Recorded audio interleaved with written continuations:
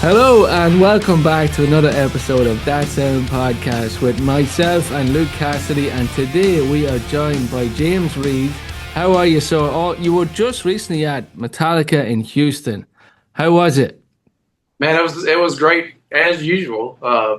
Like I was saying, I just read where Houston. I was telling my buddies when we were there, I was like, this crowd is enormous. You know, you go to some stadiums, you can see empty seats every now and then, but I pointed that out from the get go, and the energy, the crowd and interaction was loud. But I just read where NRG Stadium, that's the stadium it was in, just set the attendance record. So it was full. It was 75,000. So they have the record for that now, just because of the the boys playing in Houston for sure. Wow. Setting the record. Was it as hot and humid as it was in Tampa? I heard Tampa was ridiculously warm. Oh yeah, so that was my main complaint. I mean, my friend's main complaint, because the guys I met are from Boston, Massachusetts, and which I live in the South already anyway. And I'm always telling them, like, this time of the year it's ridiculous. It's humid, it's hot. Sometimes it makes me more negative than I should, just because I don't want to go outside. So they didn't believe me. So they got there, and they were like, "Man, this is ridiculous," And I said, "Man, I haven't been lying to y'all. It's hot and humid." But so yeah, it was brutal as far as waiting around and that. But luckily, that stadium's the indoor stadium, has a retractable roof. They kept the roof closed, so it was you had the AC pumping inside, so that was good for sure. And that's the Texans Stadium, right? Yeah, it's the Houston Texans football stadium. Yeah. Wow, 75,000. That's some crowd, look. They're right, aren't they? I have to say it, and I'm sure you hear it all the time from us foreigners. Everything's bigger in Texas. Oh yeah, for sure. That is true. Yeah, and you had the pleasure of getting Snake Pit, James. Yeah, so when they announced the third leg, I guess first and second year, well, last year and the year before, I had got the I Disappear pass, which it was GA, but you could basically get in with that to any show. And also on those years, I was lucky to get Snake Pit for a few of those as well. But they added this third year, and as you guys can see, I'm pretty kind of impulsive with my spending, so I need to catch up. You know what I mean, financially. So they announced this third year. I was like, well, I'm going. I have to go. Yeah. But I did have to scale it back down a little bit. I could only go to two cities. But I did decide, well, if I'm just going to two of them, I'm going to go with a pretty good package. So me and the Boston boys decided to go Snake Pit for that. And it was just a one show weekend, so it didn't hurt as bad financially. Pretty good deal, but we're going for just the one, and if I'm not doing many more, or that was actually the last one this year, but might as well go big on it. You know what I mean? Go big or go home, huh? So that's right. Am I right in saying that you're based in Mississippi? Is that right? No? Yeah, right. So I'm from the Mississippi Delta. That's the land of the Delta Blues. You guys may hear about, but now I live just an hour north, right above Jackson, Mississippi. But cool. And it was a long drive to Houston, was it? It was 6.5 hours. The only problem I had, they were doing a lot of road construction. I mean, it could have been quicker, but that would have added another hour right there. Yeah. So into Houston. And did you hang around Houston for long, or was it kind of in and out, or did you stay long, or one night, 2 nights, or? Well, so what I did, I have I have the merchandise itch and all that. They have the pop-up store and all. I was like, man, so. My boys were getting there. I had to pick them up Friday from the airport. They flew in, and then I was driving. So I said, well, I'm going to go ahead and go Thursday. So I drove over there Thursday, walked around town, got something good to eat, some good Texas barbecue, of course, in Texas. Oh, man. I got to get there. That'd play to our heartstrings, Gavin. We would definitely come home 7 to 14 pounds heavier. Oh yeah, man. Yeah. I just talked to Chris Sulik, who he had on. He was talking about Tampa, and he was on about being in Austin, growing up in Austin. I'm like, one thing I want to do is go to Austin and go to one of them smoke shops where they like smoke the beef and stuff, like that. Yeah. Like my mouth gets wet when I think about that. Oh yeah, well the barbecue's incredible, man. I went to 2 places, but other than the eating, of course, I did have to wake up and hit the pop-up show to start strong on Friday morning. And so these the pop-up shops have turned into a different animal. And I'm not lying. You could get there back in the day, you could get there at 6 or 7 and be okay. Sometimes first in line. Now people are getting there at 4. 3:30, 4 in the morning. Yeah. And so I really couldn't sleep because I was restless. I had an alarm set early, but I Yeah. started texting another guy that I know that's always, at these pop-up shops. And I said, "Hey, I can't sleep. Where are you?" He goes, "I'm in line. I'm seventh in line." I said, and this was like 3:45 in the morning. I said, "This Oh is my ridiculous. I'm God. on the way." Yeah. So Our buddy Luke Priest done that one, I think. Didn't he do the yeah, yeah, Yeah, yeah. it's It was one of the better ones Yeah, for yeah. sure. Yeah, I love Luke's work. And he recently dropped one. He done the Until It Sleeps for the Load one. that's Yeah, right. I saw that one too. Yeah, Mm. for It's sure. funny when we were chatting to him last year, Gavin, and he said he had some big things in the works that he just couldn't sort of fill us in Oh, on. Yeah, yeah, yeah. But by God, did he outdo himself again, which is mighty hard. He's an amazing artist. I just seen yeah. the foil version. Oh, Ah, Right, stop. They do something for you. and then right. the black light ones, with the kind of glow in the dark kind of. Oh, Oh yeah. but they're So so expensive though. It's ridiculous. the foils are definitely very expensive, but like I said, I got to that pop-up store. I secured my the Yeah, poster, and I always get the limited edition vinyl and then the poster shirt.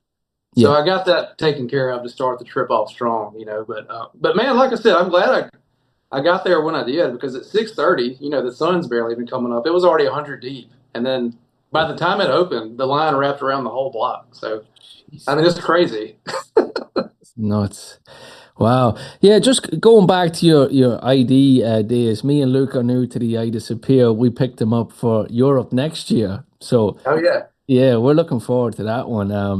We'll definitely be, as we said before, like we'll be green on the first maybe couple of shows, but For we'll sure, but I think we'll figure it out. we'll figure it out by No, Gavin's going to make you sure that I'm on time and all of that good stuff. If I didn't have my trusty business partner and sometimes PA, I would be lost or definitely lost in the crowd for sure. I can't wait, man. Like we were saying, Luke, we hit up the show. Was it last year? Yeah, Madrid. Like it's been too long. Um, so how many shows have you been to, James? So Houston was my 37th show. Nice, Nice. nice, nice. Have you gone out of country? So I did. So I guess it was the first leg of the M72 2023. I had I flew up to Boston for this same crew I keep mentioning, but I flew there and hung out for a few days, and then we drove to Montreal, Canada, and it Right. was only 5 hours or so. So I hit both Montreal shows with them, and but that's as far as out of the country goes. That's the only city I've been. But adding this Euro leg, I do have a friend. His name's Cave. He lives Kave. He goes by one of my good buddies that I met over the years on tour. But he lives in Grimsby in the UK, and he's peer pressuring me. Cave, if you're listening to this, you're welcome. But anyway, he's peer pressuring me. Said, "Oh, you ought to come over. I got this. I got that. I'm going to all the shows." It's like, man, I just told you that I'm kind of strapped, and I thought I was dialing it back. Oh, yeah, yeah. Yo, oh. But now you're inviting me, so you never know, man. I could end up over there, but I've never been, so Yeah, yeah. We hope to hit London as well. Yeah, yeah, yeah. yeah, Looking forward. yeah, Talking to a lot of people heading to the Black Sabbath show coming up soon. yeah, yeah. I wish I could have jumped on board with that. Some of my network over here, my social circles, a lot of them are going. So Yeah, that'd and be Luke, great. I'm sure you've seen, Luke, that they dropped like a couple of hundred, maybe 1,000 tickets there last week. Oh, they did not. I didn't see that. Yeah, they I'm dropped. But I had a look, and it was like £400 each. I'm like, I'd still be toying with the idea, like because it's getting closer. Like we would have said at the time, it was sort of expensive. yeah, But I'd be toying with the idea that if I managed to get a ticket, I'd be sort of tempted to hop over and back for the day. we'd swim across the Irish Sea to England and make our way to Birmingham. Yeah, or drive or go elsewhere to another city after the show Yeah, and it's going to be. sleep elsewhere. Yeah, it's going to be an absolutely epic night. Like the lineup that's there, James, I'm sure a lot of them tickle your fancy. Any standout bands that you would have loved to see, obviously apart from Metallica? Well, look, I was going to ask you guys, I've been seeing the rumor about Sharon Osbourne canceled some band, but they hadn't announced which band. Do you know who it is? It was rumored. It was rumored to be Tool, but I don't think Yeah. that's. It's No, not them. I don't think. Luke, you're the big Tool fan here, but I'll just say my two bit. What I heard is that because it's been live streamed, I believe that what do you call him, Rayner? Is it? What's his name, Luke? Maynard. Maynard. He had a problem with it being live streamed because he's a big, advocate of no phones and spoiling the show and that. So maybe there was a clash of heads there. Luke, maybe you know more. I don't know. There was a clash of heads, but funny enough, I read the comments, as you do. Normally, I'm not one to read the comments, but as people say, if you want the comedic aspect of it, that's where you go. So people were saying it's Tool, and they were like, it's not Tool. They're still on the bill. I think even Maynard's on the bill as a solo act to sing, maybe with some other bands as a support or things like that. I could be totally wrong saying it, but somebody had said that Iron Maiden were supposed to make an appearance. Were they on the list? They mightn't have been on the list, and it might have been previous or prior as the whole show was getting set up.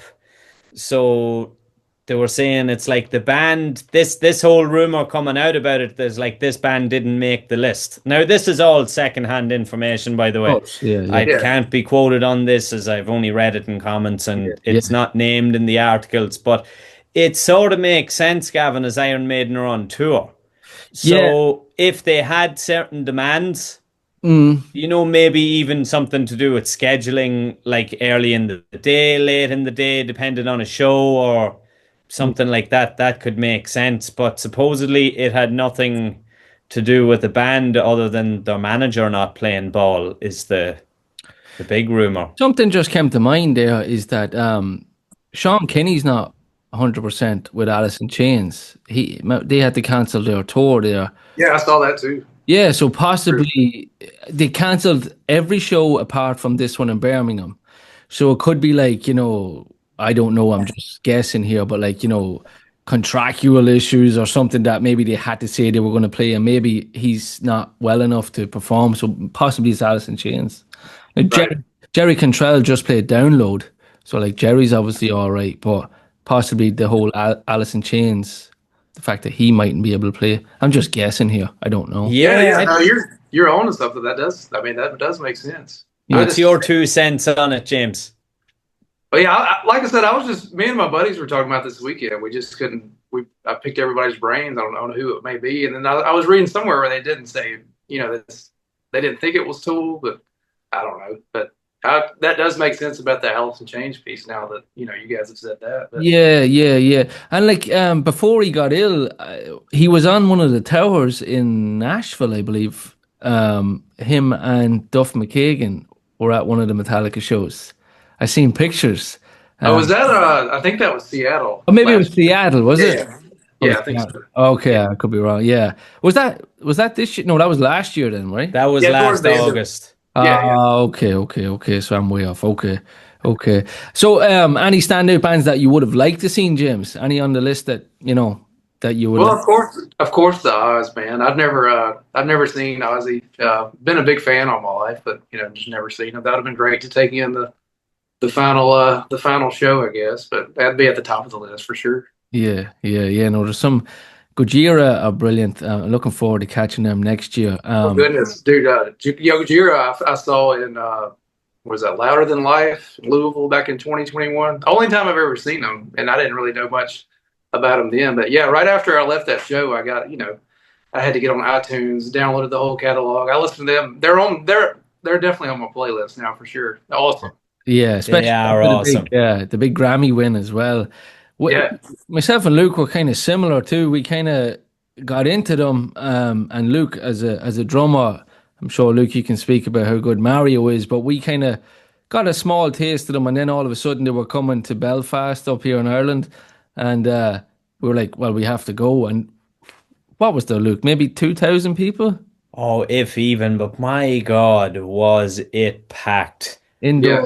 Yeah. And it was really cool. Like, there was a guy working the merch stand that I knew through another social setting, and I had talked to him, and he wasn't into that music at all. He was like, man, it's heavy, because we went to the merch straight away because That's right. Mario sells some of those really cool drum heads that he draws on, which I reluctantly didn't buy because I thought they would be the same price on the website, but they're double the price on Yeah. the website. And we were like, all right, I don't think, did we get anything, Gavin? Maybe one thing or maybe not. I don't know what we got or didn't get. We got a But drumstick. we got a drumstick afterward. We caught a drumstick from Mario's Tech. Well, Gavin caught one for me, and we caught a couple of picks. But I remember going through the double doors, and I think Alien Weaponry were on the stage at the time. That's And right. even at that, there were so many people outside, Yeah. Yeah. and the hall was packed.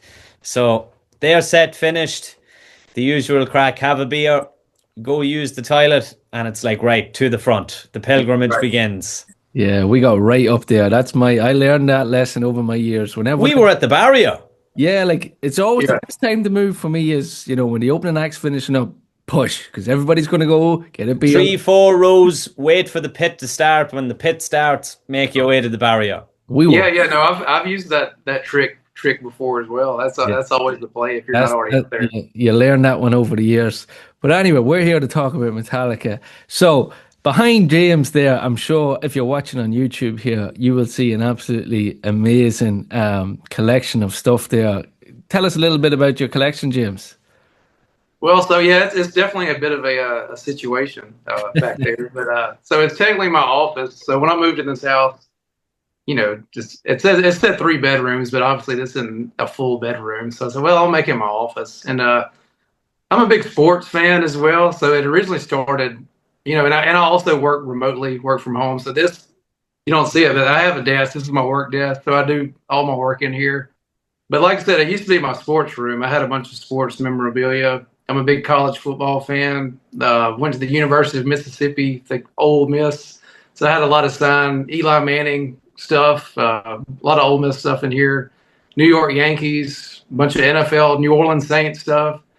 And so, Cool. anyway, I had 1 or 2 guitars in there. And then I started going to more Metallica shows, and then I messed up and bought the first poster.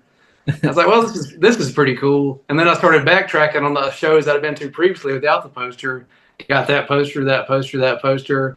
And then now you see it, behind the guitars are actually show posters as well. So my rule is if I go to a show, I only buy the posters for the shows I've attended. That's my rule. And then, of course, I use them as decoration. And then I I originally bought the White Zombie, the LTD, back in 2017, I guess. And I like I said, I had a few guitars going. And then a buddy of mine that worked at Guitar Center, anytime they got a Metallica Signature Series in, he would text me. He's like, man, you got to quit texting me. Because I would go up there immediately. And then so, man, and so like you can see behind me, man, anytime a Signature Series came out, I'd have had to jump on it. And then, and so, I basically got the idea to get these, the wall racks, behind me, and hang them that way. And then there's some on the floor over here, which I'll move over here. Let's see. Yeah. But see, I have some floor racks back there. Wow. Jesus. But yeah, so my point with the sports stuff, you don't see one sports memorabilia anymore because there's no room to put it. So now it's definitely the official Metallica room. Metallica stuff looks way better.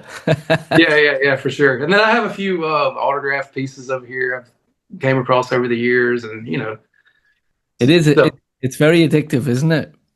yeah. I mean, once you stop it, you can't stop. Which I know you had one of my. So I'm good buddies with Paul Del Pazzo. You had Yes. on there. Yes. So his motto, and he is a bad or good influence, whatever you want to call it, but his is always more. Yeah! Yo! And so every time I see something, Paul, what do you think it is? He'll do more. I was like, Yeah, because I asked him about the load box set. He's like, "Are you getting it?" I'm like, "I don't know. I just bought the I Disappear. I'm pretty strapped at the minute." He's like, "Just get more. Just get more." yeah. Yeah. And so with that being said, Paul, I'm in this group text with all those guys. There's a few more in there. I think he told you about it though. But Yeah. me being the big Hammett aficionado that I am, and it's a bunch more Hammett fans in there, but he calls it the KH Disciple. Right. Right. So that's taken on a life of its own. But like I said, yeah, anytime somebody gets wind of a new piece of gear or merch or show, whatever, it's always in that group text, and that's all he says is more and more and more. So What definitely have to give him a shout out. what made you gravitate more to Kirk as a member of the Metallica? What made you kind of go towards his style or his range of guitars and stuff? So man, so growing up, I always, of course, like everybody, I watched that Cunning Stunts DVD over and over and over, and I think it was basically. I mean, he's got that. He just got a swagger about him to me when he's running around playing the guitar and banging on it. But I think I just liked his style of guitars more than which obviously I like James's too. But I like the whole horror films, the Mummy, obviously the Ouija's, all that. I think that's what guitar wise, what sold me over, just the different graphics. And he's got. Man, he never ends. Every time you look up, he's got something new coming out or playing something new on stage. Like, man, dial it back a notch because I'm gonna have to go out there and look for it now. So, Wow. What was one of the out of all of your collection, can you remember one that you got really excited for that was going to be dropped? Like you said, your buddy was like, "Oh, we got such and such signature coming next week." Like, is there any one that you really like was like, "I need to get this one"? well, so I'll name two of them, but one of them was so that Mummy back there, like we were talking earlier, we over there in France made that for me during the COVID era. I'd always messaged him back and forth, and he painted my pickup covers for this Ouija over here too. But anyway, I was really excited about that. I didn't never really met him in person, didn't know how it was going to come out, so got it in person. Man, it's spot on, and he sent me in process photos of the airbrush. I mean, it's got every detail and lick about it, man. It looks identical.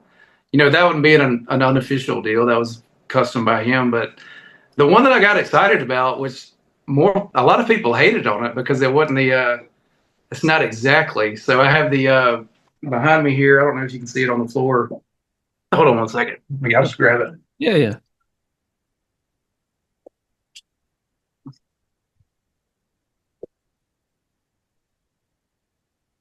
It's the Black Beauty, Kirk Hammett Gibson that they released it it was last year. But anyway, it's an '89 Black Beauty Les Paul reissue. Nice. But I mean, it has all the little dings and all the relics and all that on there. But people got mad because it didn't come with EMG pickups like his original one did, or what he had put in there. So people kind of hated on that, but man, I had to get it. It was a little out of my price range, but I made it work somehow, and there it is. But I mean, that's always been one of my favorite guitars. Like I said, going back to Cunning Stunts, where he played Fade to Black on it, of course, and then him and Jason did the little instrumental medley on it and all that. But so I had to. That's one of my favorites, even though some people don't like it. But it's one I look forward to for sure. What would you think of that one? Fabulous guitar. I do agree, maybe with the general consensus. I like the guys remodeling the spec to its time. But I totally understand that Kirk might not favor EMGs now currently. Right. So, he is the guy that's going to spec the guitar now. And as myself and yourself know, James, if you're going to pay that money for that signature series guitar, it's not a big issue to put a 60 and an 81 EMG in it if you really want to. Right, everything else is fabulous. I think they do a phenomenal job on the aging. Yeah. And it's a guitar I would love to play. I don't think that there are any in Ireland. I'd love to try it out just to see what it's like. I would also love to try the new Murphy Lab, say the version 2 that they took out last year, the V. Also, I was very fortunate there is a guitar in Ireland that I once owned as part of my collection. The 2012 release of Hammett's Signature V. Yeah, with the EMGs, right. I had the Artist Proof #4 model. Nice. So that would have been a prototype Gavin, before the Signature Series release. Right. Now, I have this wonderful white Gibson Flying V behind me, which the same dealer had in his personal collection, and I, like most collectors, had my eye on something else that I wanted to pull the trigger on, and we sort of A beat them, and I felt that I could live with this one. But I've had my own that behind you. Don't worry. I've been noticing it back there. It's nice. yeah, the Gibson V's, there's something with them. I love them as a guitar. I love Gibsons. I love Les Paul Customs as well. So I'd love to get my hands on one of those. You have an absolute beauty in that collection, James. And on that note, what do you think of it as a guitar? Well, so, I have all, ESPs, LTDs. Most of these, or I guess almost all of them, do have EMGs in it, which I love the EMGs. It gives you the crunch, the high pitch, Great all pickups. that stuff. But I guess, though, with the Black Beauty, though, it does kind of make it more diverse with the pickups he has that are in it. It does give you a little bit more, something different if you want to just pick up something and grab. What I do like is the piezo or piezo bridge, however you say it. Man, if you cut all the, turn all the knobs off and leave that one on, it sounds just like an acoustic electric, which is pretty.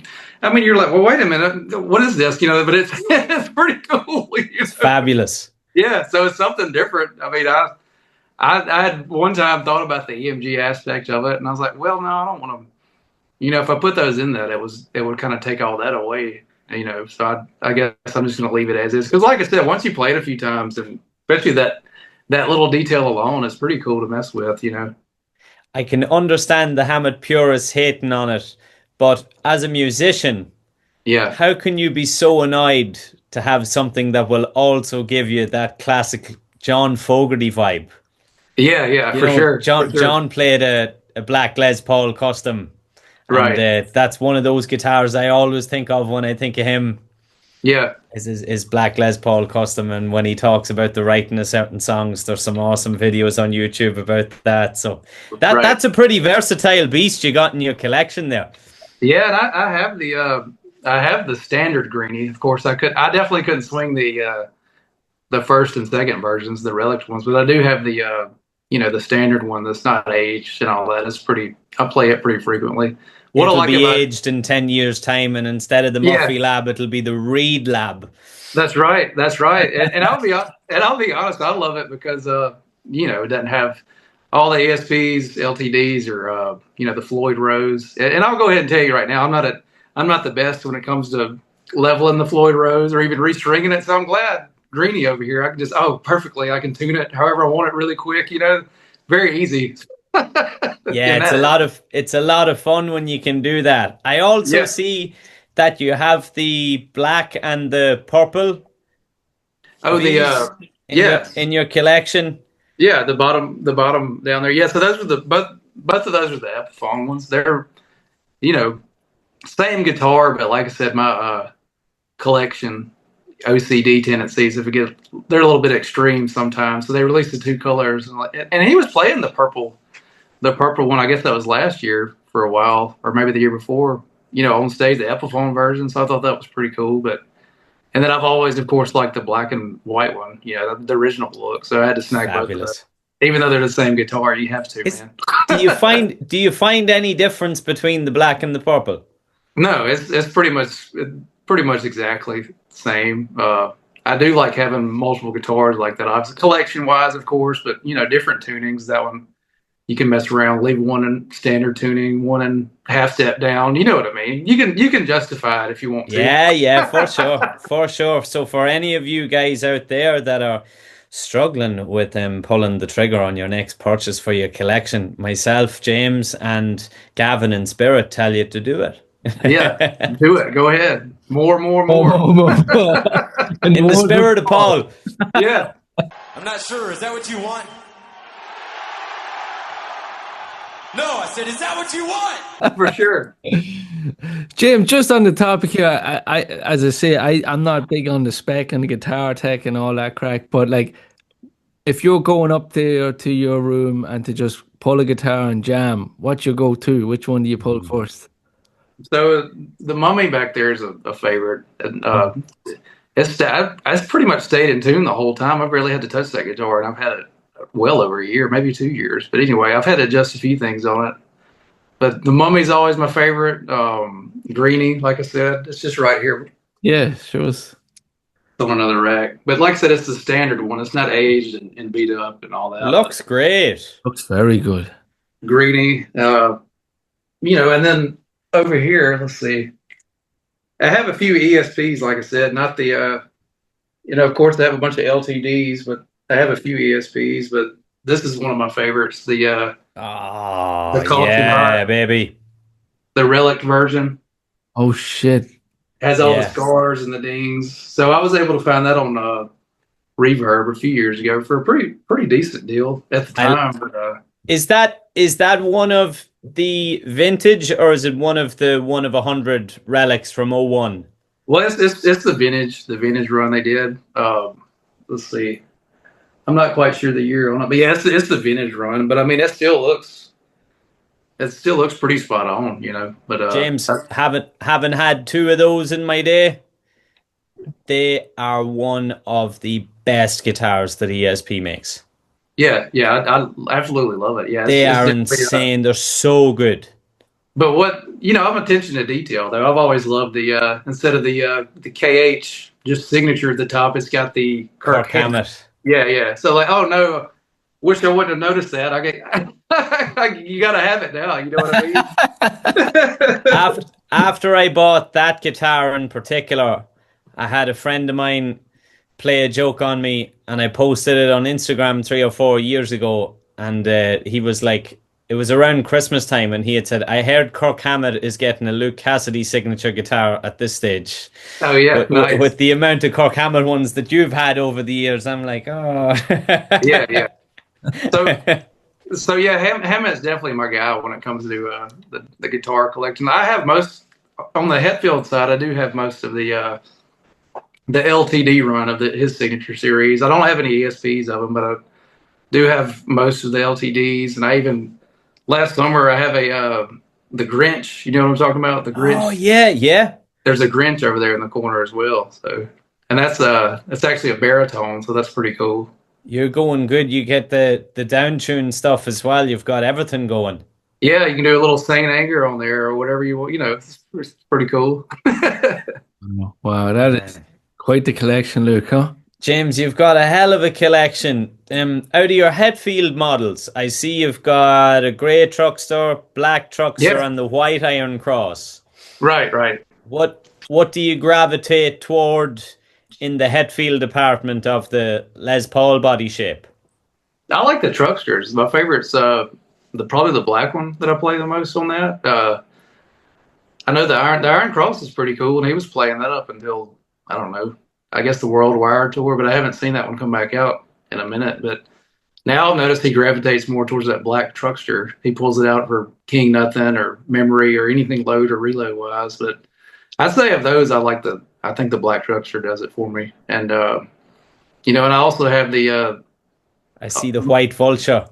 Yeah, it's down there. And I have the camo bite and the purple satin snake bite that they came out with. Nice. They're incredible. I haven't got to see one of those, the baritones. Yeah, it's a baritone as well. So, but like I said, I found every now and then I'll look on Reverb. I do a lot of late night browsing right before I go to. Everybody does it right before I go to sleep. And just say, let's see what's on there today.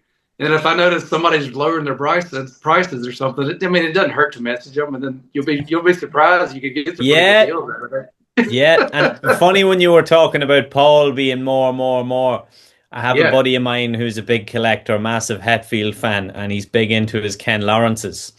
And it's one that has eluded me for a long time, and I, like most collectors, have been priced out of one these days with the way Ken has stopped taking on builds.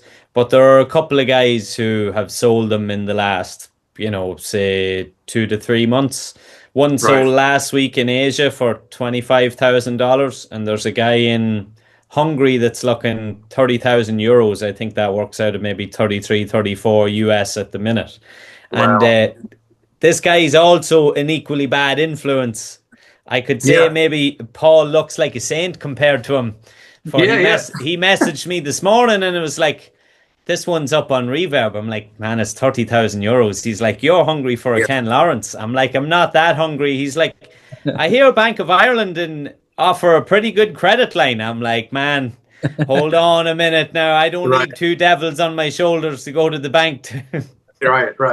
Well, see, that's what happens though, man. Some of these people you keep in touch with, you get something from them, and on down the road, hey James, guess what I got? I don't know. I don't want to know. You know. Yeah. Yeah, it's just going to get a friendly text. I will no longer be reading nor replying to your messages for the next 6 months. Yeah. Yeah. Actually, back during the which it was during the COVID days, but Reverb, I also got a heck of a deal on the KH4. You know the Oh man. it's Yep. not it's the 2 dot version. It's not the F version. Still very cool. So I got that right there. But that was a late night Reverb purchase. Like I said, I just noticed the guy kept changing the prices, and then I got affordable. Then I'm like, well, let me just try my luck and message the guy, and he came down like way more again. I was like, okay, let's go, you know. So I've ended up with some of these, luckily that way. You know, of course, that makes sure they're not all beat up or anything like that. Most of them still come pretty clean. I'm a real sucker for this stuff, but I would love to see, some reviews or from your collection, like an A/B of the Caution Hot, the vintage versus the KH4, just to see can my ear pick anything up with the pick guard, stuff like that you're like, oh, there's probably not a whole pile, but the child is still in there being like, but maybe it is different. Maybe you need one in your collection. Absolutely. I'm like, no. Paws on one shoulder, more. Yeah, more. I was talking to a buddy of mine a couple of weeks ago, and someone had said, when the devil's on one shoulder and the angel's on the other, and he was like, see, my problem is there's two devils. There's one on each shoulder. That's right. Yeah, man. Yeah, it's never ending, man. But like I always tell everybody, you could be, people are into worse stuff. It's all right. Yeah. Yeah. We could have worse addictions. Yeah, that's true. That's true. It's a fun, somewhat, clean anyway. So there you go. But one addiction we all have is Metallica. So, James, I'm going to hit you. What would be your kind of go-to album if you're going to stick one on? So, man, most consistently over the years, it's been Ride. I love Ride the Lightning. Oh, yeah. Yeah, I think that's actually some of Kirk's best stuff. Yeah, I think so too. But you got Creep, Bells, but I gravitate towards. I love it when they play Ride the Lightning. Man. I don't know. There's just something about it. I like the whole deal. But luckily, of course, they play that in Houston, so it's always a plus. But yeah, I always put Ride the Lightning as my first as far as the favorites go. Best solo. Yeah. Ride the Lightning, that solo he played in Ride the Lightning. Yeah, I was gonna say that's probably it right there. Yeah, I think it's his best solo. I actually think it might be his best solo. Period. Right. Yeah, definitely. We did a video a while ago. I think it only came out this week with the top 5. It's so hard to pick. Like and it depends on your mood. It depends on what you're listening to. But Luke, I remember we reviewed Ride the Lightning, and when you go deep into that album, like it's so good. Oh yeah, so good. It's crazy. Like, I can't hijack the podcast, but it is crazy to think that was their second album. I know. I was just going to say that. It's nuts. It's nuts. How old was it? Like 23 or 4.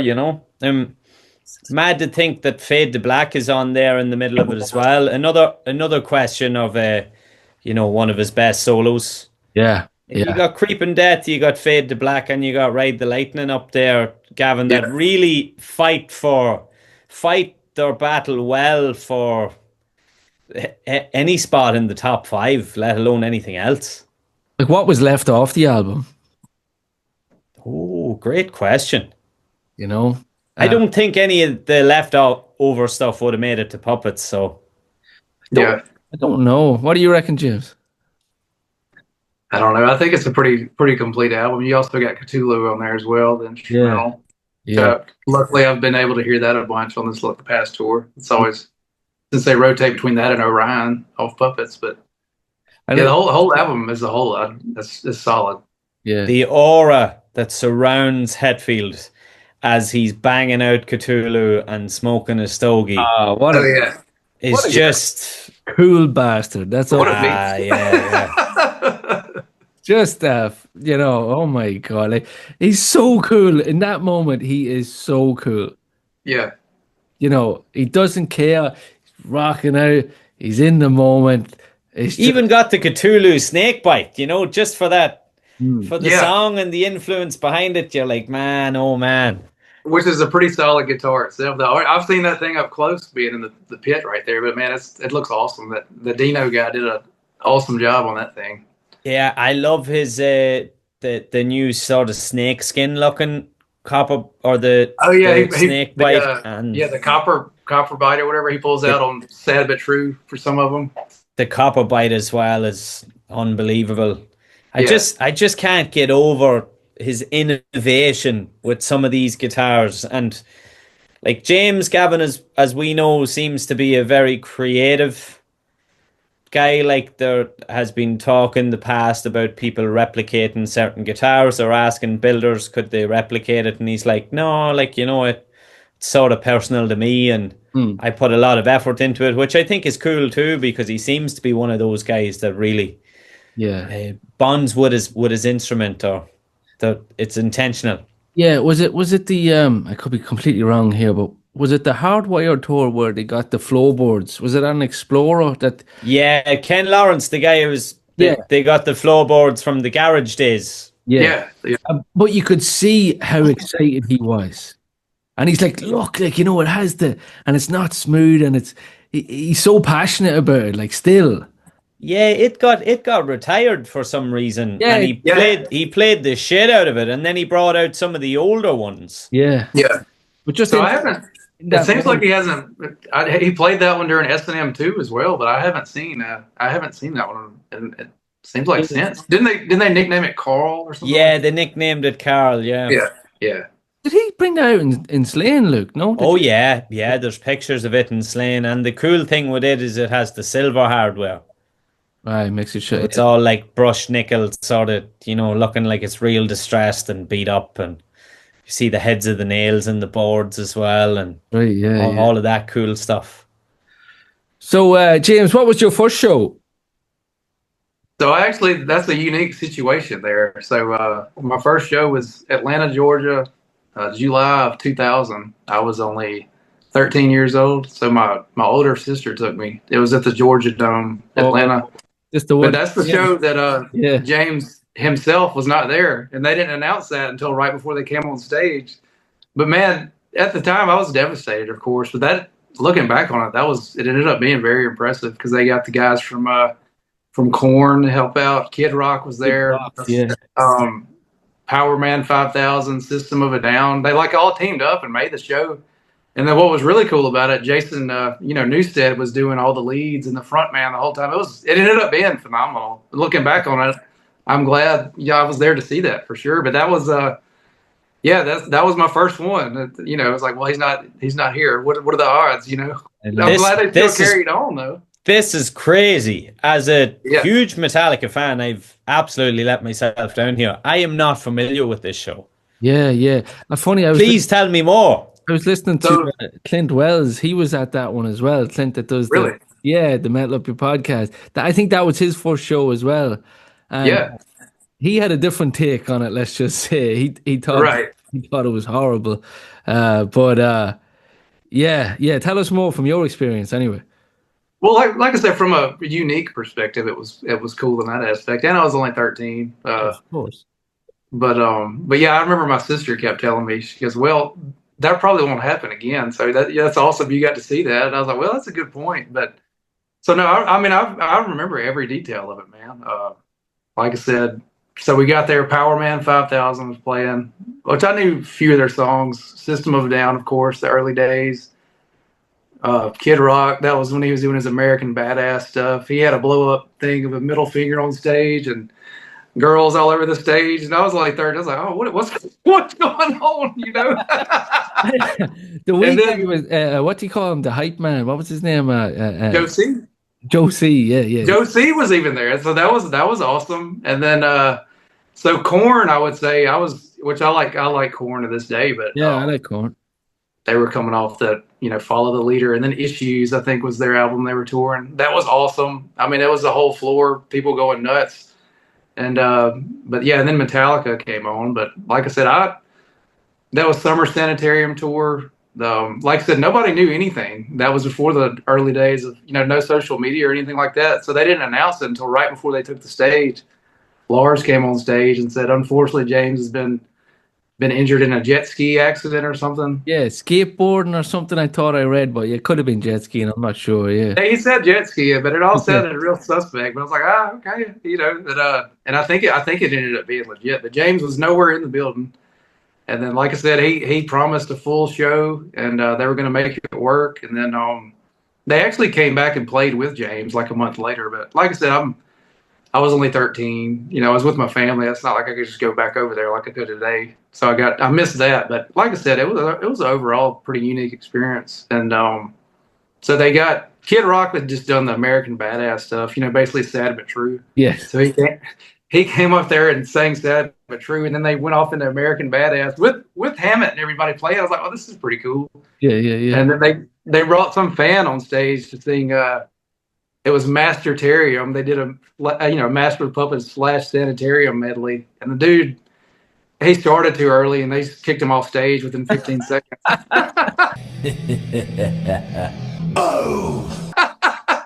Probably full of whiskey or something. Yeah, yeah. Oh, But yeah, that was my first show. I still have the tour T-shirt in the closet up there. Still fits, man. wow. I break that out every now and then. That's insane. Yeah. That's crazy, Gavin, that how many reels and how many stories do we hear and watch of Lars not making the download gig in 2004. Yeah. And I have not heard, or I don't recall hearing, Yeah. Hetfield not playing this show Well, no, in it's Atlanta, Georgia. And the full show is on YouTube. Obviously, it's not good quality because it's from it's that old, but it's on there somewhere. But yeah, very very unique though, man. Like I said, give them credit. They pulled it off some kind of way. Yeah, man, like they could have just said, "No, we ain't going out there." Like, no way. Like, but like they still. I suppose if you get the opportunity to go on stage with Metallica, same way in Download when Joey Jordison and God rest him, and Dave Lombardo at a Slayer, and then Tech. Lars's Tech Fleming done a lot of the numbers as well.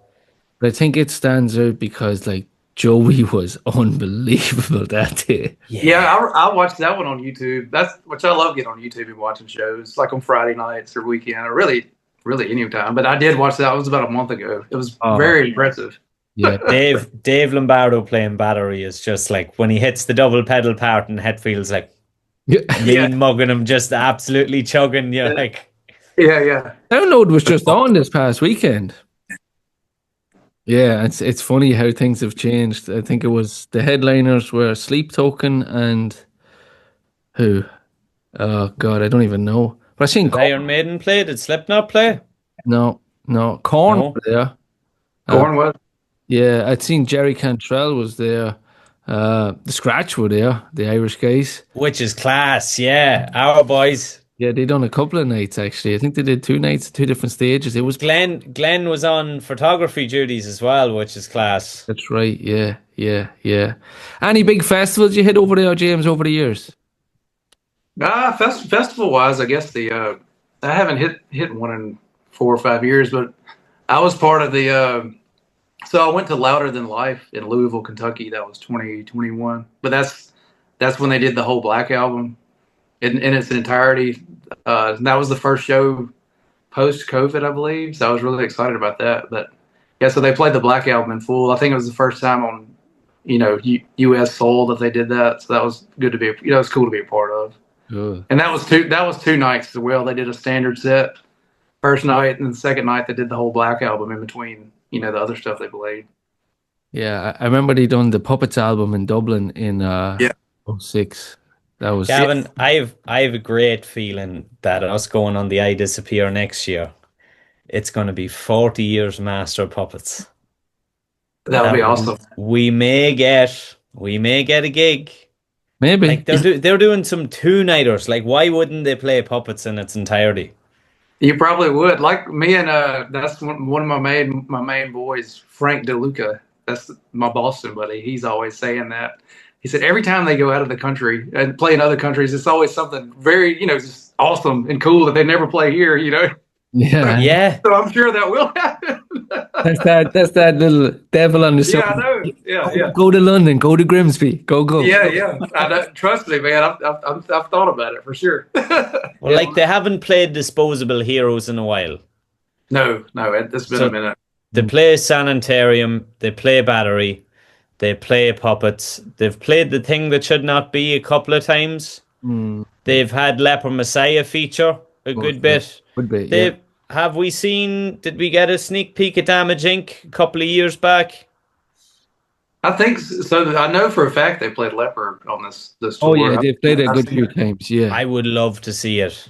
Yeah, Yeah, and then yeah. I don't know if the thing that should not be. I know they played it some on the Hardwire tour, but I don't know when the last time they played it though. But like I said, I'm sure you guys will get it over there.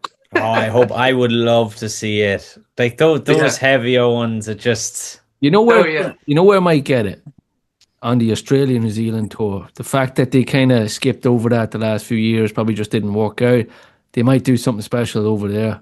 mm, You know. That's a good point. That's a good yeah. point. Yeah, maybe somebody might get a lot of the load Yeah. Yeah. songs. Well, I'm sure, James, you heard these rumors too about like the Unforgiven 2 and different other, maybe deep cuts on other albums getting maybe brought out as well. You always hear We- these rumors and stuff, but it would be We- nice to see a little change. Like there's only really maybe 3 or 4 slots that alternate in the set. Right. Don't get me wrong. Man, seeing Metallica is one of my favorites. Oh, yeah. Overall, but yeah, the set list sometimes I wish they would throw a curveball and put something else in there just to like the Unforgiven 2. I know they were Yeah. James sound checked it. When was that in Toronto? So Yeah. I was hoping for that. But the other thing that throws me off, which I get, I guess, attention to detail. He still has that, that Strat. I mean, the Telecaster for that in his rig still. Yeah. And I was hoping like, oh, maybe we'll get it in Houston or Nashville because Nashville's. Yes. I don't know. It kind of has the country twang to Nashville. I didn't get it there. Didn't get it in Houston. I was like, all right, I guess we're not getting it. So it's still yet to be played. Yeah. You never know though. I think is it Colorado was the last two-nighter, right? Isn't it only Santa Clara? Denver's And then, I don't know. For me, as a band, you'd like to finish on a high and possibly start the tour on a high. And that's why I think, look, Athens, they're going to start Europe with, which we're both going to. I'm thinking they're going to start Oh, fighting. I think it's going to be headbanging. I think we're going to see the black t-shirt, black battle vest, cigar in the mouth. It's going to be hot too, man. Us Irish Yeah. white guys are going to cook. Yeah. Yeah. Yeah, it's going to be hot over there, man. It'd be something else. Imagine if you got to see like the back in the soul, like reminds me of the Soul gig where they all had the top off. Yeah. You never know. Lars got the top off for the Munich gig. Remember when it pissed rain last year? Yeah. He hit the top off behind the kid. Oh yeah, I love seeing the videos of that. It was coming down pretty good. Oh, the rain. yeah. The light. The lightning I guess as well, yeah. Yeah. Do you know what I watched last night, boys? Some kind of monster. I've been meaning to watch it again. I haven't watched it in a good few years, and it's so good. It actually, on the topic, let's do a little 5-minute segment on Saint Anger here, and we can all give our 2 cents on it. But rewatching that film, as time has gone on and I hope I matured a little bit, but how fragile the band was then. Like, Yeah. shit, it was close. Like, it looked like it was close to, you No, know. it really did. Yeah, yeah. It was kind of scary watching back and seeing, James wasn't in a great place and Lars and him butting heads and obviously you mightn't be true to yourself 100% with cameras in your face and that, but there definitely was an authenticity about the whole vibe. You could feel it, you know. Yeah. But what's your take on the album, James? St. Anger. So at the time, which of course I guess I was in high school then, but I bought it on release date. I didn't really know what to expect. I remember having it in my CD player in my truck, driving around listening to it. And at first I was like, oh, what is going on? It took me a while to get used to it, but and I stayed like that for a while. But I caught a few shows off that tour, and I love the songs live, and I recorded it sounds way different. But Yeah. I guess anything from any era they play live is going to sound more up to date these days, and so it'll sound phenomenal. But at the time, I didn't know what to think. But looking back on it, I think it's kind of I wouldn't call it a masterpiece, but it's definitely, I think, better of it than I used to. You know what I mean? And I watched that. Yeah, I watched the movie probably once every 3 months or so. It's always, but yeah, looking back on it, it's crazy. You see Lars getting right in James's face, James slamming the door. Yeah. Good on. But yeah, okay, we're all human, like we have our moments. Yeah. And you could sense the pressure too. The bit at the end when the guy from Q Prime, what do you call him, Cliff Bornstein comes in and Yeah. and he's listening to the first it's edited so much it's hard to know, but it says, he listens to it and he's looking at his watch and he's looking around him. Yeah. And they're going, man, we're after spending nearly 2 years making this and you don't give a shit, And Yeah. at the end of it, he's like, yeah, I think the stuff you did in the, what was the name of it? Pursudo? How do you pronounce that? In the Presidio. Presidio. Yeah. He's like, yeah, I don't know if that's good, and, maybe you should do, and like, you could just see them going, fucking hell, You Yeah. know? And But then there's Lars. so much pressure on these guys, Yeah. And then Lars let Torben get a spin on it, his dad. He said, delete that. He said, I would delete that one, Yeah, But yeah. yeah, it looked, the tension was definitely pretty high. And you could tell those clips of Kirk in there when he finally spoke up. You could tell he didn't want to speak. It looked like everybody was nerve wracked for sure. Yeah, yeah. Yeah, I always feel like there's clips in that you watch. It's nearly like Kirk is the child between James and Lars, as mad as that sounds. That's how it's depicted in the film. It's like, oh, mom and dad, please don't fight, Yeah, that's basically that's kind of the vibe I got as well. Which is funny too, because I feel, Gavin, the more I watch those clips, so you see Lars getting James's face, it's nearly like two brothers who have built something from the ground up. Yeah. And it's nearly like what do you mean you mightn't want to be part of this anymore? Or Yeah. like, how do you need space? Or, maybe that sort of thing. Yeah, I feel like it's like you just said, like, say two brothers at school and you're like, this is my brother over here, he's an asshole. But if somebody messes with him, I'm gonna kill them. You know what I mean? Yeah, because I'm sure throughout all of that tension, if anybody had anything bad to say about James in front of Lars at any of those award show or anything, I'm sure he would have had their head over it, Yeah, I think it was a bit of a bit of kind of comes with the job, I guess. But yeah, I have my battles with that album at times. I get it for what it was, and even watching the show back, kind of like they wanted this raw, fast, angry, pissed off album. But yeah, at times I have to say I find it hard with that snare. But live, different animal. Well, even I love the All Within My Hands redo. Not that I like the S&M2 acoustic one, but when they did it heavy, the redone heavy one at the All Within My Hands, I guess that was 2 or 3 years ago. That was awesome. That they've reworked some of them. I think that's pretty cool. Yeah, 100%. What's your take on 72 Seasons? I liked it. It's got it's kind of got a modern sound to it. I guess 72 Seasons, the title track is the best one that I like. And then In a Murata, even though it does last a long time, it doesn't for some reason, it doesn't seem like it lasts that long. I think that's a good one too. But overall, I mean, I ended up liking that.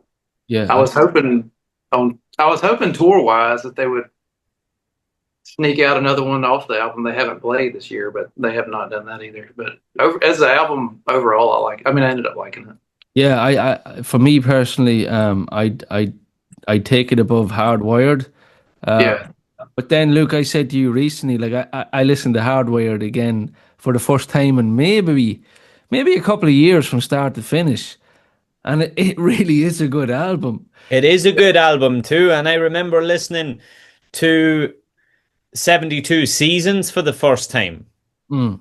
Like the day it came out, taking an hour and a bit out that night, getting my practice pad and just listening along to it. And I was like, yeah, it's good. I like it. And I thought it was good at the time, but the more I listen to it now, I'm like, it's really, really good.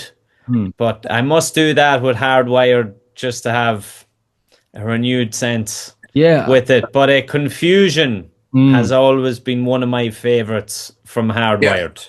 yeah, that's a good one. Really, really good. I actually wouldn't mind that getting played in the. Oh, I'd love to see it played again. But before we go on to Houston's set list, I was going to ask you something there. What was I going to ask you? Oh, yeah. So with all this touring going on between Australia, New Zealand, Europe next year, and maybe possibly an Asian tour at some stage, do you think the guys are going to get back into the studio to record? Or do you think this is it, James? Or what's your take on it? Well, there was some chatter not a while back saying that I'd read something where Hammett said he had all these riffs saved up for the next album, and then that got me thinking, well, maybe I don't know, because what was that? 2023 is 25, so 2 years later, I would think they probably have another. Well, this is the third year of the tour, so maybe once the tour is over, that'll be 4 years when they're done. So I don't know, man. I think they have. I think they may have something in the works. Hope so. Yeah. Yeah. I'm getting that feeling in the stomach. No, don't go. Yeah. James, no, man, if the Stones are still playing, like going on 80, Metallica are going to do it for another while. Well, that's the thing. All those guys looking in great shape, and they're hardly missing any licks up there. You know what I mean? So I think they definitely have some life left in them for sure. I'm not sure. Is that what you want? No, I said, is that what you want? Do you want heavy? Metallica gives you heavy, baby! 100%. I think they're playing, like, of all the videos, you sent me a video too, like they're really at the prime, like, and they seem happy, like we keep saying, Luke, they really seem happy. And yeah, Hetfield's rocking. I don't know what it is. I just feel like Lars is absolutely killing it these days. Kirk seems to be having the time of his life. He's embracing the odd mistake here and there, like any musician should. There's none of us perfect. Nope. You know? I know I ain't. Yeah. I'd always feel it's like a weird one, isn't it? It's like poor Rob just seems to be the man in the back, holding it down, slaying it. All the time too, like he's killing it. I want to say one thing about that show as well. I just want to revert back to when they were doing the auditions for the bass players, and you had was the guy from Marilyn Manson, the guy from Corrosion of Conformity, who else was there? There was a couple of different guys, but there was something you could, when I touched on that, you could feel the tension of the guys arguing. You could automatically see a small bit of excitement straight away when Rob was playing from the guys. You can play Battery. No, but you play that fast with your fingers. Yeah, I don't know if that's down to like editing the whole movie, but it did look like they were excited. It looks like Lars initiated him too. Do you remember the part where he said he had to borrow Lars' shirt for the next day because they stayed out all night? Yeah, he got hammered with Lars. Yeah. I love that story when Rob tells it later on. It's like, man, like, no drinking around James. I'm coming to join this band, and he's like, the smell of alcohol off us. and when you look bags under his eyes, when you look at it now, Gavin, you look back at it, you look at Lars behind the kit and you're like, he's a hanging. Yeah, the sweat's pissing out of him. Yeah. He only probably Yeah. done 3 songs. It was so funny, Luke. I was watching it. I was watching the end of it today when I came home from work. I just had like 20 minutes left, and my son James, he's only 5, and I'd be showing him some clips of Metallica, and he's playing his Nintendo Switch or whatever, and he looks up, he's like, "Dad, James got young." That's awesome.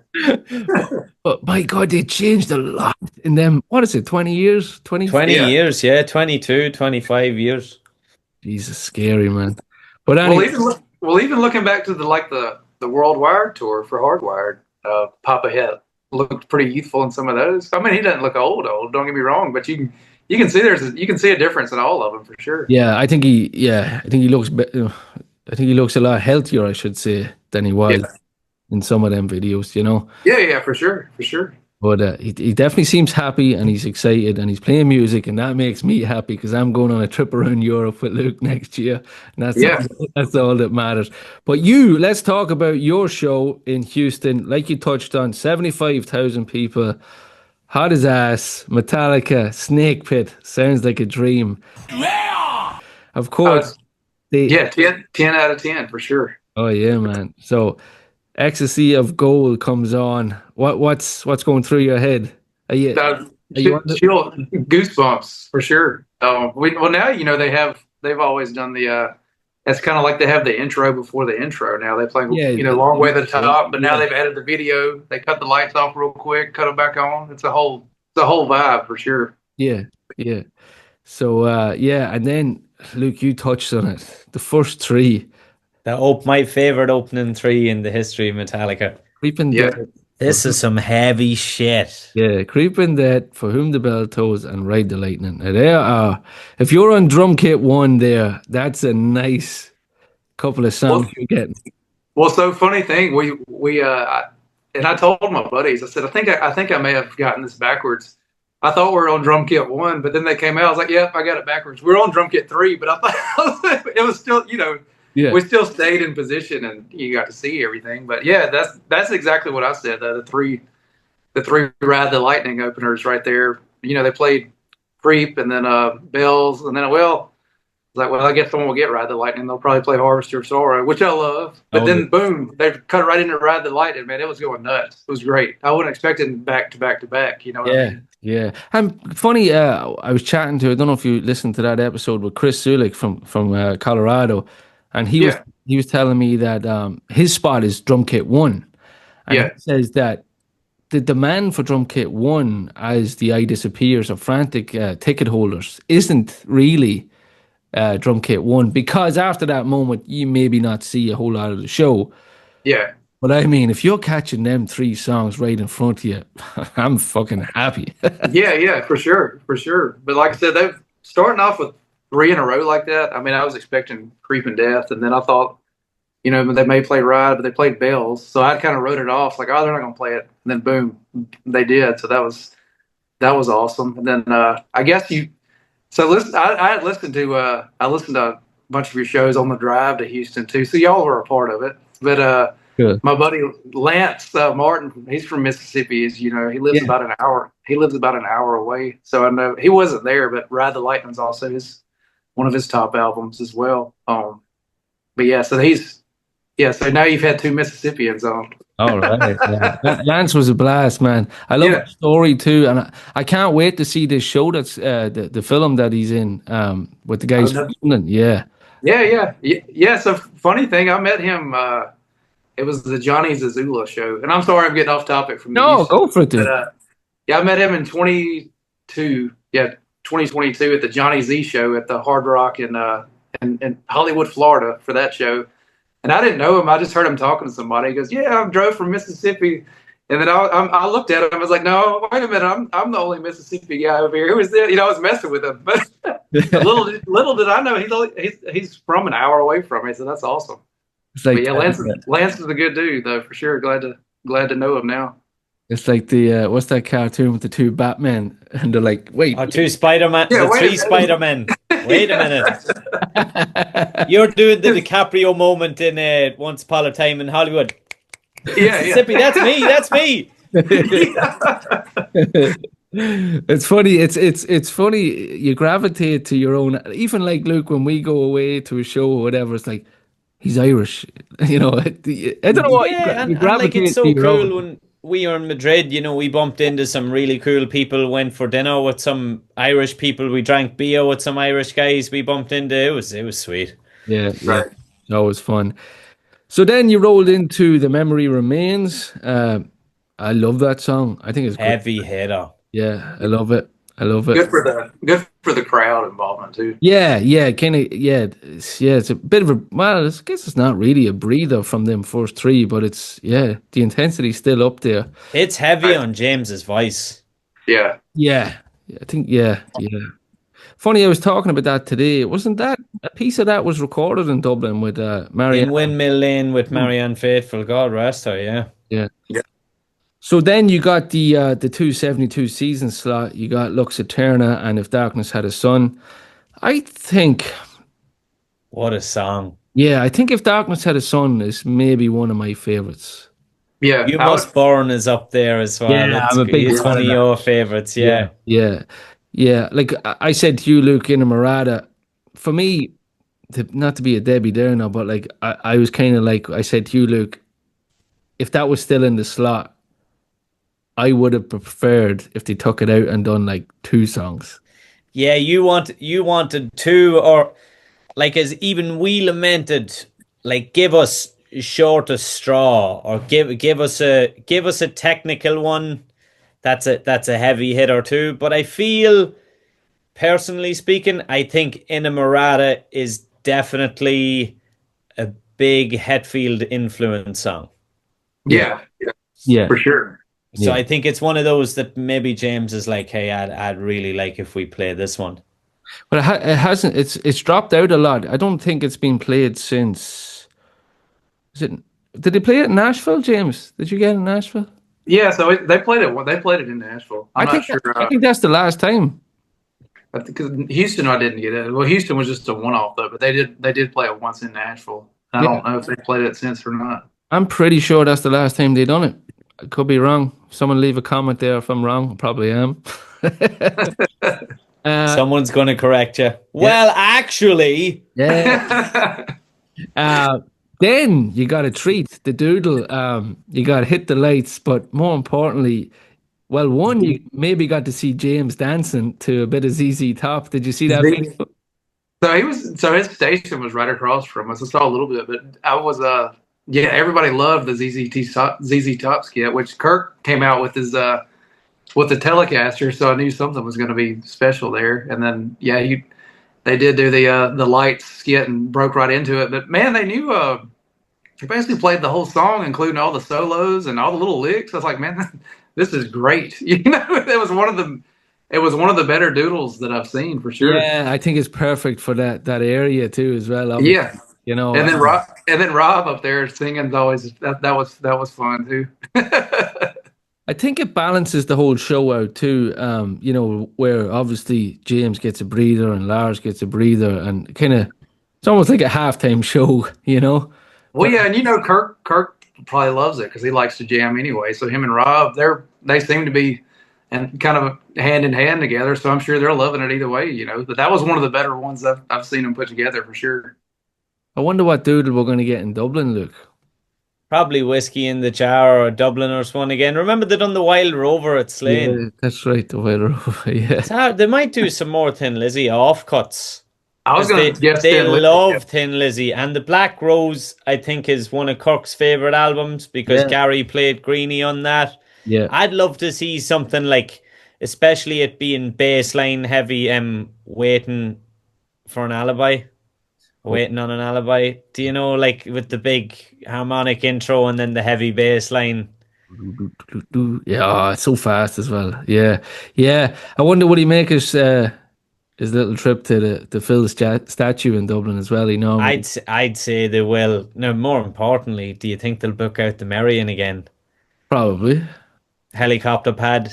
But they only have to go to the Aviva. It would be the closest one to the Aviva, right? Off Merrion Square, off Merrion Road, just over the bridge in the back way. Probably. I love the. Sorry, going off topic here, James. I just No, talking. you're good, man. I'm good. We're good Yeah, either way. You'll have to come to Dublin.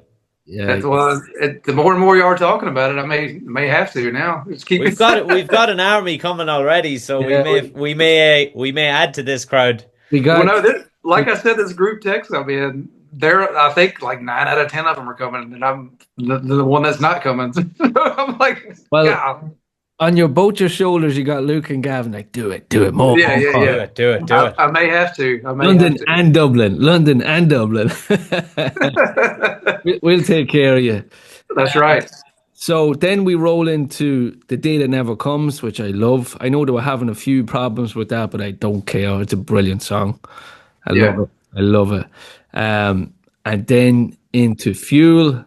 So did you get Fuel at your spot, or was it Orion was the start of your spot? Yeah, so on kit number 3, Orion started. I think Fuel was right before. Yeah, so Fuel was the last before they rotated, I guess. Okay. But I mean, that's always a fun song though. They especially with the pyro. I always have to remind myself that it's coming, so I can step back a little bit. I mean, it's Yeah, you can definitely feel it. that's what I was just going to ask you. What was the pyro like in the snake pit? It was hot.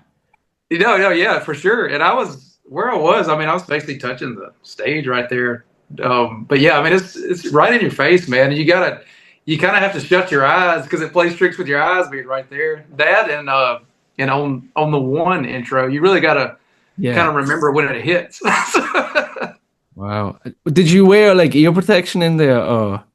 No, so most of the people, or half the people I know at least, they'll wear the ear stuff, but I've never done it. So then I'll probably reap the consequences one of these days, but I've never done it. Yeah, yeah, yeah. Somebody said that I had on that the bang. Maybe was it Lance? I think it might have been Lance. He was on about the bangs at the start of one really scared the shit out of him. Yeah, yeah. They're loud, man. Yeah, they're loud from far back. Never mind up Right. close, you know. Right. And we all know what's coming, but it's like, you know. Right.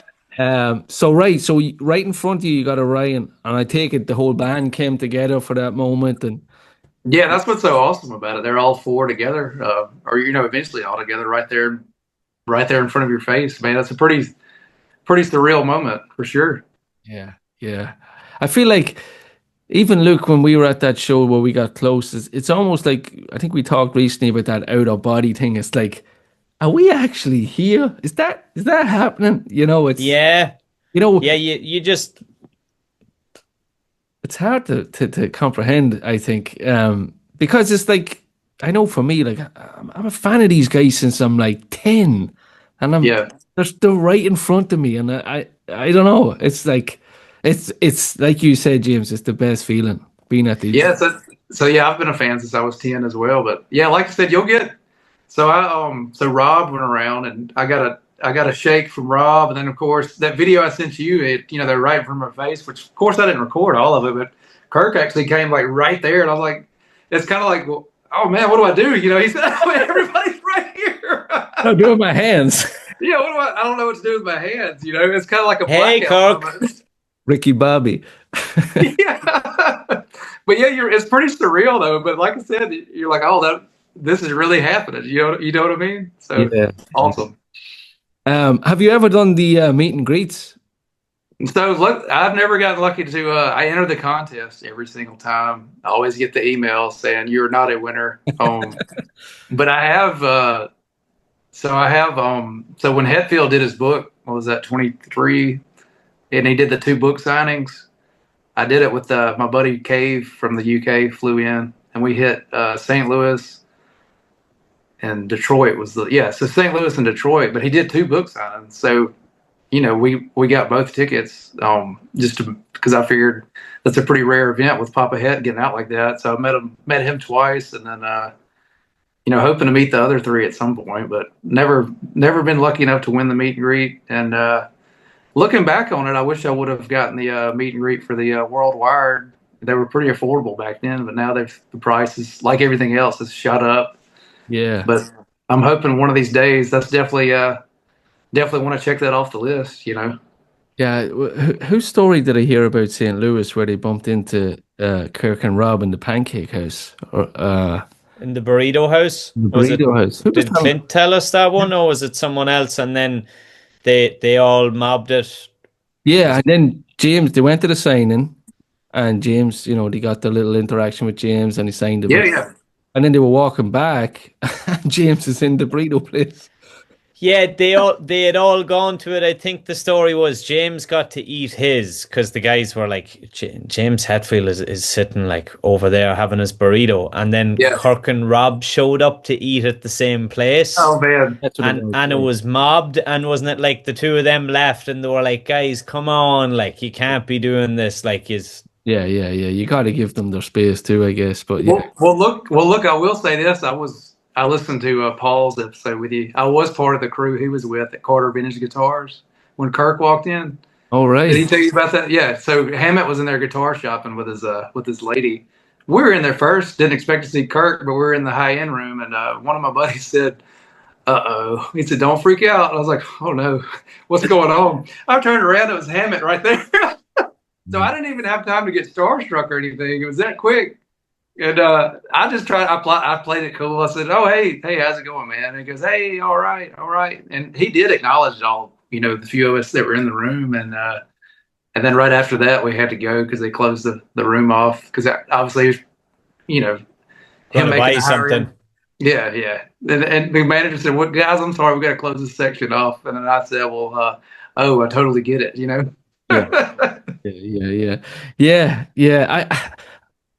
Yeah. It's crazy. Like he seems to be a pretty cool dude, though. Kirk. He just kind of does his own thing. Like we said Yeah. recently, Luke, that he was pottering around Madrid, just doing his thing, and we heard stories in Europe last Yeah. year about just going and doing his shopping and getting a few bits. Wait. Yeah, He the seemed- guy. You go Sorry, ahead. go on ahead, James. Yep. No, I was going to say he seemed pretty easygoing, but he was, you could tell he was in there trying to, mind his business too. And which he did acknowledge us all. I wasn't trying to, I didn't want to be the guy to bother him, but, also with me being a big fan like that, man, if it goes wrong, that would ruin my life. You know what I mean? Yeah, sometimes you're better off not meeting these guys. Yeah. But I no, he think was- it's he like was everything definitely- else, Gavin, as we've said before, like if you can have respect, like these guys are humans before they're Yeah.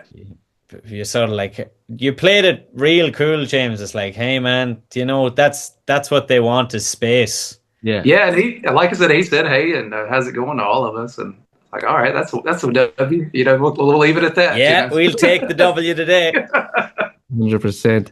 So then we got into the last end of the set. Then you got Nothing Else Matters, Sad But True.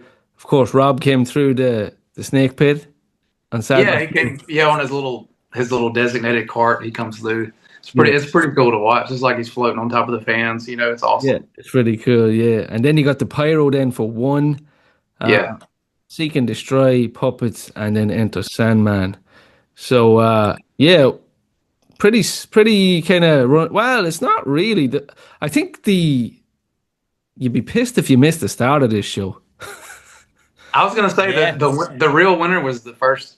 It seems like it's always the first four are just coming out hitting you in the mouth, but they really did a number with like I said, the first three for sure. I was surprised. The kind of second end of the show was kind of pretty much kind of rinse and repeat especially for the one day. Right. I mean, you got to remember too. You're looking at the overall fan base, and you're looking at young kids going to the shows now, and teenagers, which we once were. It's the deep cuts out for everybody. Like just because you have to play it to the demographic, and it works. I'll take it all day. But I think they got to manage their bodies, they got to manage their energy, and they got to be very careful about what they play. So, right. Well, yeah, they have to. It's each show is a different city. But like I said, I know usually it's kind of the standard set list, but some of those people aren't the same crazy nuts follow them to every show. You know what I mean? They're going to see it for the first time. You know what I mean? So Yeah, I can't wait. I can't wait to join that party. Right, Luke? Yeah, for sure. But I mean, anytime I'm around them, though, it's definitely a win and better than not being there for sure. So they can play whatever, but you know what I mean. It's always a blast either way. 100%.